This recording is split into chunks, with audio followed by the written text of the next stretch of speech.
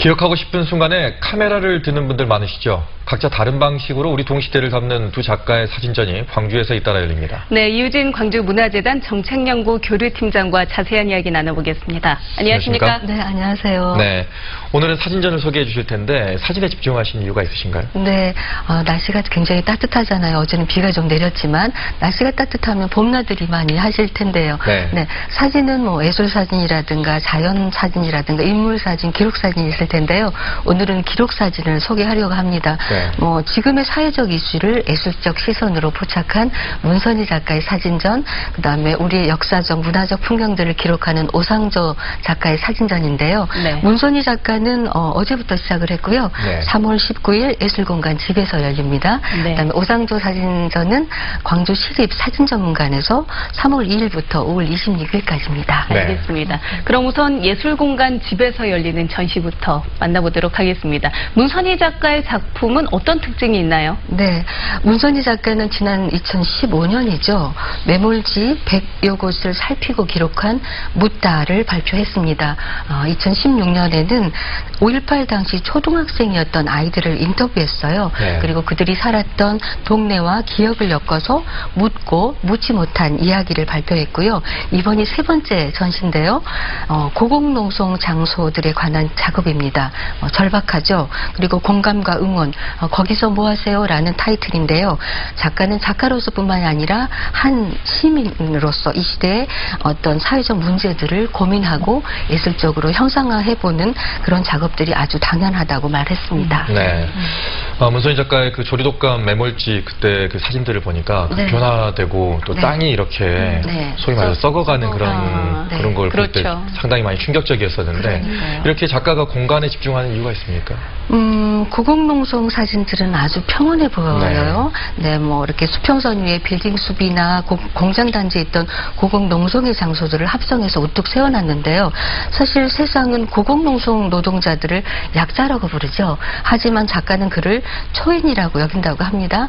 저도 작가에게 물어봤어요. 말씀하신 것처럼 이런 공간들을 왜 촬영하십니까? 라고요. 네. 그런데 이에 대해서 좀 전에 환경 파괴 문제라든가 뭐 사회적 약자 문제라든가 이거를 예술이니까 하면서 거부감 없이 보시는 분들이 보신다는 거죠. 이게 굉장히 전달력이 좀 빠르겠구나 싶어가지고 이 작업을 계속한다고 합니다. 네. 알겠습니다. 그러면 함께 소개해 주실 전시 오상조 작가의 작품들 어떤 점이 좀 다를까요? 네, 오상조 작가는 한국적 원형 풍경을 기록하시는 분이시죠.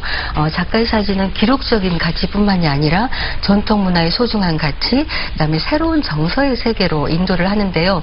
이번 전시 타이틀은 오상조 설화의 풍경전입니다. 전시 구성은 운주사, 그다음에 장산나무, 남도 사람들인데요. 1984년부터 촬영한 운주사의 수백 기의 불상들, 마을의 온갖 풍상을 지켜보면서 마을 설화의 주인공이 되어가는 당산나무, 그다음에 이 책은 남도 사람들이라고 하는 책이에요. 네. 작가가 사진학도 시절이 1970년대, 80년대인데요. 이때 이제 고향에 내려가면 어르신들이 좀 기념 사진 좀 찍어달라, 또 뭐 어떤 일하는 풍경 찍어달라 했는데 이게 수십 년이 지나다 보니까 네. 이게 그 시절의 어떤 역사적 풍경이 되었던 거죠. 네. 그 오상조 작가 같은 경우에는 이제 이렇게 우리의 한국의 풍경을 네. 찍는 작가로 잘 알려져 있지 않습니까? 네. 네. 사진의 가장 큰 본질이 뭐라고 생각하세요? 글쎄요. 남는 어떤 게 거? 있을까요? 네, 그렇죠. 기록성. 네, 기록성. 네, 시간을 정지시키는 거잖아요. 그렇죠. 그렇기 때문에 그 잊어버릴 수도 있는, 지워질 수도 있는 역사적, 문화적 풍경을 사진은 지우지 않도록 하는 그런 그렇죠. 효과가 있다고 봅니다. 프랑스 사진 작가 중에 의제느 아제라고 제가 굉장히 좋아하는데요. 네. 19세기 말에서 20세기 활동하던 그런 어떤 작가예요.